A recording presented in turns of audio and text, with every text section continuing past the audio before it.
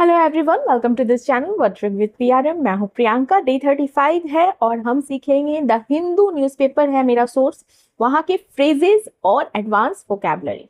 हमारा पहला फ्रेज है ग्लैडिटोरियल एरेना। ग्लैडिटोरियल एरेना का अर्थ क्या होता है? नाउन फ्रेज है ये। पहले मैं आपको बताती हूँ ग्लैडिएटर का क्या अर्थ होता है। ग्लैडिएटर पहले के टाइम में जो योद्धा होते थे ना, जिनको आप अगर शाब्दिक अर्थ बोलो तो प्राचीन योद्धा, तो उन्हें ग्लैडिएटर बोलते हैं और वह उसी से लिया गया है ग्लैडिएटोरियल। एरेना की बात जब आप कर रहे हो तो एरेना मतलब होता है मैदान, ठीक है, खेल का मैदान या युद्ध का मैदान। तो अगर दोनों को मिलाकर फ्रेज बना और इसका अर्थ हो जाएगा आपका ग्लैडिटोरियो का युद्ध स्थल बोल सकते हो, जो पहले के टाइम में यूज होता था, या आप संघर्ष का मैदान भी बोल सकते हो।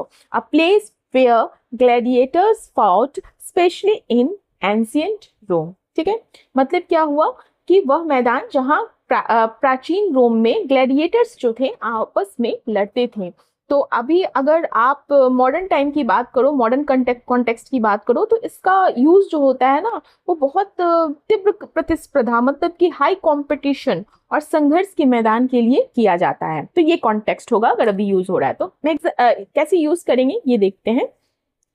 जैसे यहाँ पे एग्जाम्पल है, the election campaign turned into a political gladiatorial arena. अगर ये सेंटेंस है तो इसका अर्थ हो जाता है कि जो इलेक्शन कैंपेन था, वो चुनाव अभियान जो था, वो एक राजनीतिक संघर्ष के मैदान में बदल गया। मतलब कि सब आपस में भिड़ने लगे। भिड़ना कैसे होता है ना, इलेक्शन कैंपेन में। तो वो इसका कॉन्टेक्स्ट है। जैसे अगर हम बोलते हैं ना, एंटर द ग्लैडिटोरियल एरेना, मतलब संघर्ष के मैदान में उतरना। ठीक है, ये सारे एक्सप्रेशन है। जैसे अगर बोल रहे हैं political gladiatorial arena, it's a political gladiatorial arena, तो मतलब क्या हो, राजनीतिक संघर्ष का मैदान, जहां दो पार्टी, तीन पार्टी, चार पार्टी जितने हैं वो सब आपस में एक दूसरे से भिड़ते हैं। फाइन, तो ये कॉन्टेक्स्ट है। चलिए, हमारा अगला वर्ड है होमेज। होमेज, ठीक है, होमेज नाउन वर्ड है और इसका अर्थ होता है होमेज, मतलब क्या, श्रद्धांजलि या सम्मान, रिस्पेक्ट, ट्रिब्यूट करना, जिस पर रिस्पेक्ट करना, ऑनर, एडमिरेशन। तो ये एडमायरेशन, ये सारे क्या हो जाते हैं, इसके मतलब बेसिक रिलेटेड वर्ड्स हो जाते हैं। किसके? होमेज के। तो होमेज का हिंदी अर्थ होता है श्रद्धांजलि या सम्मान, एक्सप्रेशन ऑफ ग्रेट रिस्पेक्ट और एडमायरेशन फॉर समवन और समथिंग। तो मतलब जब आप किसी व्यक्ति, विचार, किसी तरह की अचीवमेंट, किसी पर्सन के लिए, किसी पर्सन के प्रति जब आप रिस्पेक्ट दिखाते हो, सम्मान दिखाते हो और कहते हैं ना, श्रद्धा व्यक्त करते हो, मतलब कि क्या, टू शो रिस्पेक्ट, तो उसे आप क्या बोलोगे? होमेज बोलोगे। ठीक है, जैसे एग्जाम्पल मैं बता रही हूँ, the film pays homage to the legendary actor। मतलब क्या, ये जो फिल्म है, ये जो फिल्म बनी है, ये महान अभिनेता को श्रद्धांजलि या सम्मान अर्पित कर रही है। मतलब कि ये फिल्म इस टॉपिक पे बनी है, जिससे क्या होता है, क्या दिख रहा है कि वो श्रद्धांजलि दे रही है, व्यक्त अर्पित कर रही है महान अभिनेताओं को। ठीक है, next is trust with destiny. Trust with destiny, ये सारे फ्रेजेस हैं, आपको ना न्यूज़पेपर में देखने को मिलेंगे। अगर न्यूज़पेपर पढ़ते हैं ना, तो ये सारे आपको मिल जाएंगे। तो इन सब चीज़ों का अर्थ पता होना चाहिए, पता होना जरूरी है, तभी आप आगे मतलब कि उस फ्रेज को या उस आर्टिकल को समझ पाओगे। तो ट्रस्ट विथ डेस्टिनी का अर्थ है, ये एडियम है, ठीक है, इडियोमेटिक फ्रेज है। ट्रस्ट विथ डेस्टिनी का अर्थ होता है भाग्य से मिलना या ऐतिहासिक अवसर। अभी भाग्य से मिलना मतलब क्या हुआ भाई? तो पहले इंग्लिश मीनिंग देखते हैं। सिग्निफिकेंट और historic encounter with one's expected future और डेस्टिनी।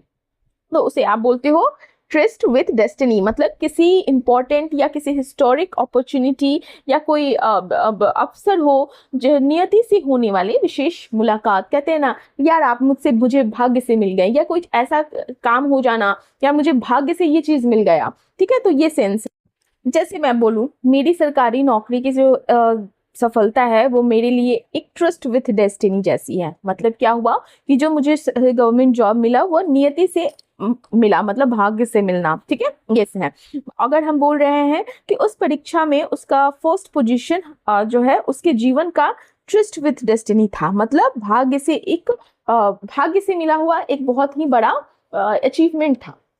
आप ये भी बोल सकते हो। ठीक है, नेक्स्ट इज लॉन्ग अप्रेस्ड एक एडजेक्टिव फ्रेज है और लॉन्ग अप्रेस्ड का अर्थ होता है लंबे समय से उत्पीड़ित। देखो लॉन्ग मतलब लंबा समय हुआ, ठीक है। अप्रेस्ड वर्ड जो है इसका अर्थ होता है उत्पीड़ित। उत्पीड़ित मतलब क्या हुआ कि जो व्यक्ति बहुत बहुत लंबे समय से अन्याय या दमन झेल रहा है। तो जो व्यक्ति दमन या अन्याय झेल रहा है उसे हम अप्रेस्ड बोलते हैं, और लंबे समय से तो वो हो गया लॉन्ग अप्रेस्ड। तो apprised for a long time, जैसे कि अगर बोल रहे हैं लॉन्ग अप्रेस्ड पीपल मतलब क्या हुआ, लंबे समय से उत्पीड़ित लोग। या अगर मैं बोल रही हूँ कि लॉन्ग अप्रेस्ड माइनॉरिटीज मतलब क्या हुआ, लंबे समय से उत्पीड़ित अल्पसंख्यक। तो ये सारे एक्सप्रेशन आपको देखने को मिलेंगे। जैसे कि यहाँ पे एग्जाम्पल है, the government promise justice for the long apprised community मतलब सरकार ने लंबे समय से उत्पीड़ित समुदाय के लिए न्याय का वादा किया। गवर्नमेंट ने वादा किया कि आप लोगों को, जो आप लोगों के ऊपर उत्पीड़ित क्या कहते हैं, उत्पीड़न किया गया है, उससे आपको जस्टिस मिलेगा, ठीक है। Next one is turbulent course. Turbulent course phrase है। टर्ब्यूलेंट का अर्थ होता है, जानते हो क्या, उथल पुथल। टर्ब्यूलेंस कहते हैं ना, टर्ब्यूलेंस। जैसे अगर फ्लाइट में जा रहे हो तो टर्ब्यूलेंस, तो वो होता है ना कि एकदम स्ट्रेट नहीं, उथल पुथल होना, ठीक है। तो उसको हम क्या बोलते हैं, टर्ब्यूलेंट। और कोर्स मतलब रास्ता हो सकता है, क्रम हो सकता है, यात्रा हो सकता है। तो टर्ब्यूलेंट कोर्स का अगर मिलाकर फ्रेज बनाओ, और दोनों अलग अलग वर्ड है, और इसका अर्थ हो जाता है उथल पुथल वाला भरा हुआ दौर, या ऐसा टाइम, या ऐसी यात्रा, ऐसी जर्नी, जो ऐसा दौर जो बहुत ही डिफिकल्ट हो। तो ऐसा दौर या ऐसा सफ़र जिसमें बहुत सारी चैलेंजेस हो, बहुत सारी परेशानियां हो, डिफ़िकल्टीज हो, बदलाव हो, कठिन परिस्थितियां हो, तो उसको हम टर्बुलेंट कोर्स बोलेंगे। जैसे कि यहाँ पर इंग्लिश में मीनिंग है, a difficult and unstable period और journey with many problems and changes, ठीक है। समझ आया क्या है उथल पुथल वाला भरा हुआ दौर।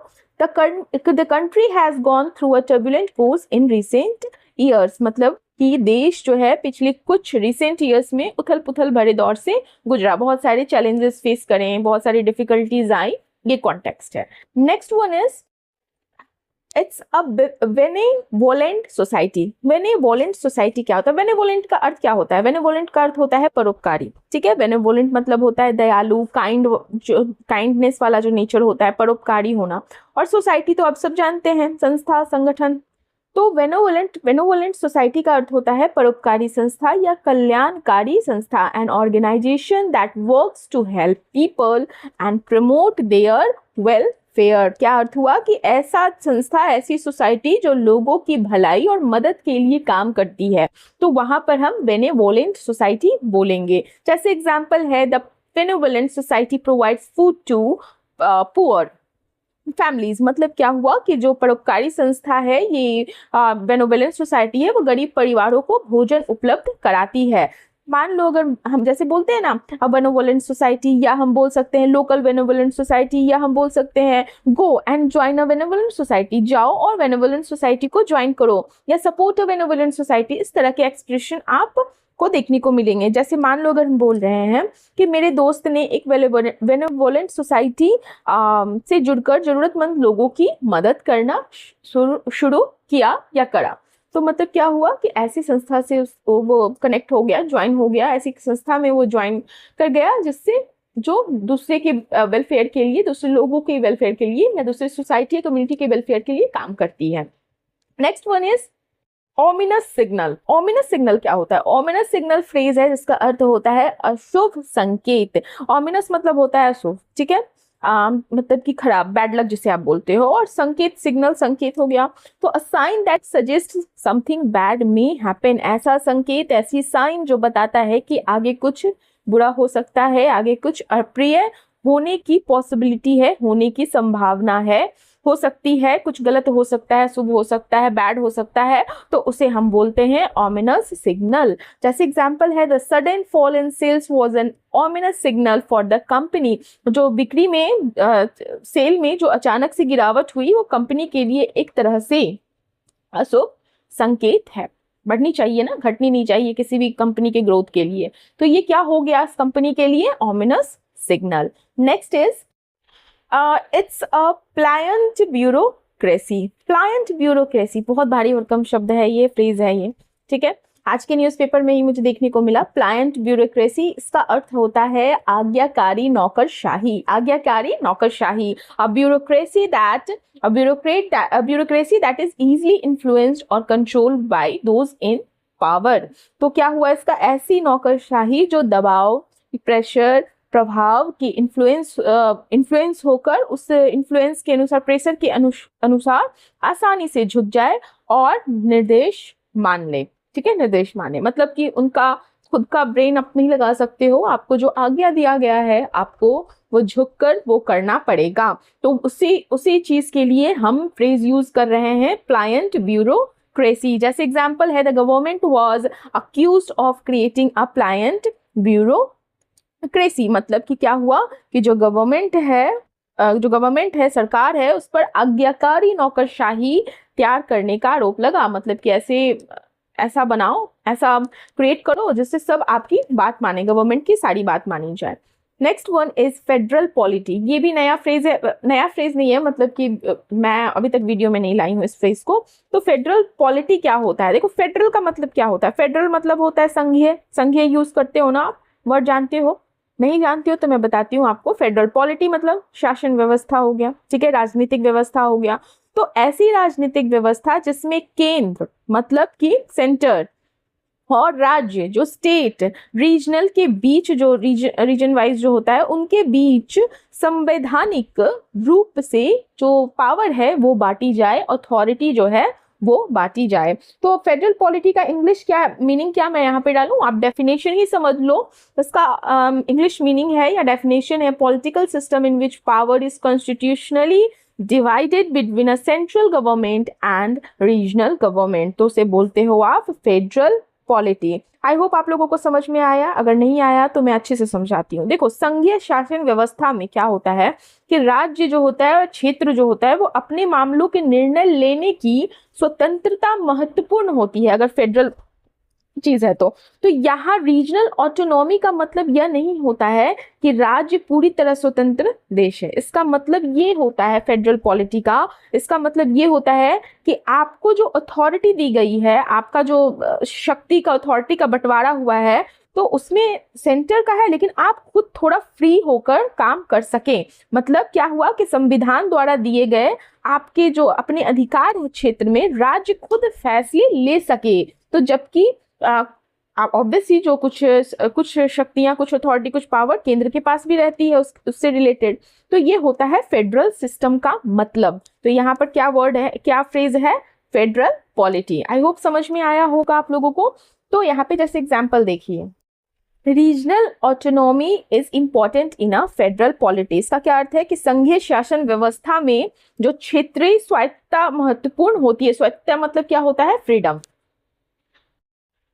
कॉन्सियंशियस डिसेंटर्स, कॉन्सियंशियस डिसेंटर्स फ्रेज है जिसका अर्थ होता है अंतरात्मा के कारण असहमति जताने वाला। ये नाउन फ्रेज है और इसका अर्थ ये, कॉन्सियंशियस का अर्थ क्या होता है, कर्तव्यनिष्ठ जो होते हैं, अंतरात्मा के प्रति जो ऑनेस्ट होते हैं, ईमानदार होते हैं, कॉन्शियस लेकर, ठीक है, डिसीजन लो, ऐसा कहते हैं ना, तो कॉन्शियस होकर डिसीजन लो। तो people who refuse to agree or comply because it goes against their moral beliefs or conscience, तो उसे आप बोलते हो डिसेंटर्स, कॉन्सियंशियस डिसेंटर्स, ठीक है। ऐसे लोग जो अपनी अंतरात्मा, अपनी मोरल, जो उनकी बिलीफ्स हैं, उनकी जो प्रिंसिपल्स हैं, उसके कारण किसी निर्णय को, किसी डिसीजन या किसी ओपिनियन, किसी विचार से जब वो असहमति, डिसएग्री होते हैं, तो उन वैसे लोगों को हम बोलते हैं conscientious dissenters. Fine.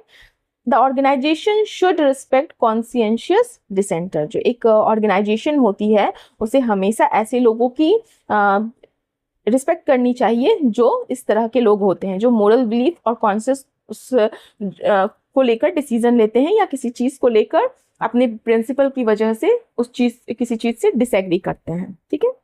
Next is substantive democracy. Substantive democracy क्या होता है, ये फ्रेज, इसका अर्थ है वास्तविक का लोकतंत्र। वास्तविक लोकतंत्र मतलब क्या हुआ, a democracy that provides a real political rights, equality, real equality वाला राइट जो होता है, freedom, meaningful participation, not only for election, तो उसे आप बोलते हो सब्सटेंटिव डेमोक्रेसी।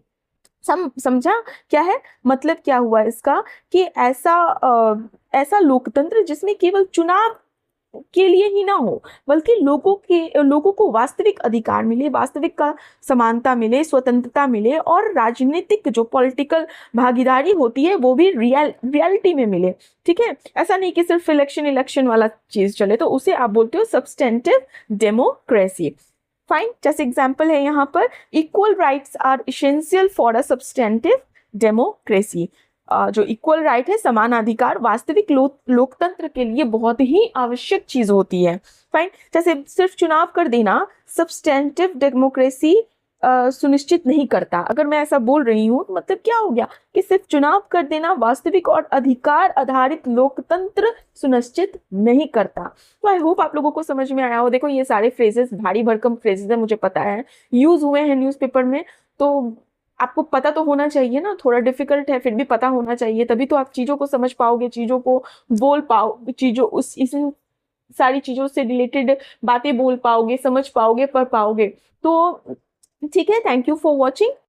अगर अभी तक आपने मेरे चैनल को सब्सक्राइब नहीं किया तो जरूर से कीजिए, लाइक कीजिए, कमेंट कीजिए और शेयर करना मत भूलिए जिन लोगों को जरूरत है। Bye, have a nice day.